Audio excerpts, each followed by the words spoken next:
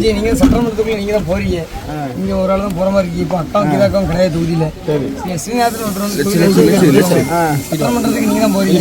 நீங்க சட்டமன்றத்துல எடுத்து நீங்க தான் பேசணும். நாங்க பேசிடுறோம். நீங்க தான் பேசணும். சட்டமன்றத்துல நீங்க முதல்வர் ஏத்து கேள்வி கேட்கணும். சரி, அது கேட்கறது சரி. இனிமே தண்ணி அடிக்கிறது அண்ணா அடிச்சா நாங்க இது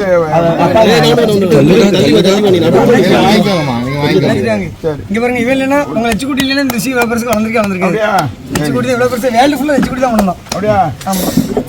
உங்க ஆட்சி இருந்துச்சுன்னா நாங்க இப்படி இருப்போமா?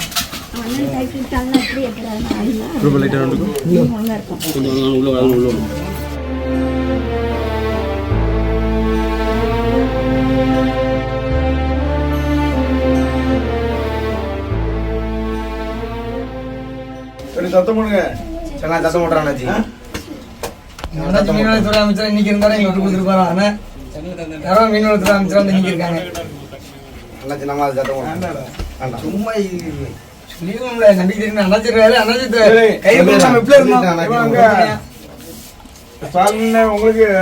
உங்களுக்கு குரல் கொடுக்காங்க, எம்பி குரல் கொடுக்காங்க. உங்க பழைய மந்திரி கீதா ஜெவனும் ஸ்ட்ராங்கா இருக்காங்க.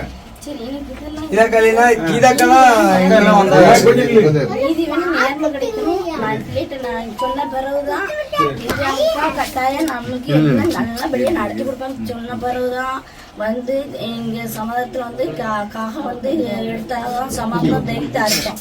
அதுக்கப்புறம் தான் அவன் வந்து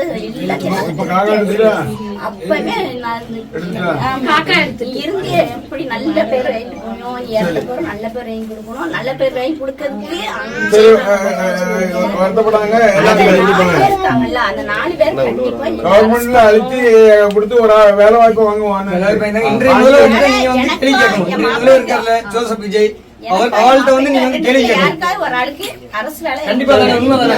இன்றைய முதல்வர்கிட்ட நீங்க கேள்வி கேட்கணும். இன்னும் வரை ஆளுங்கட்சி அமைச்சர் அடிக்காத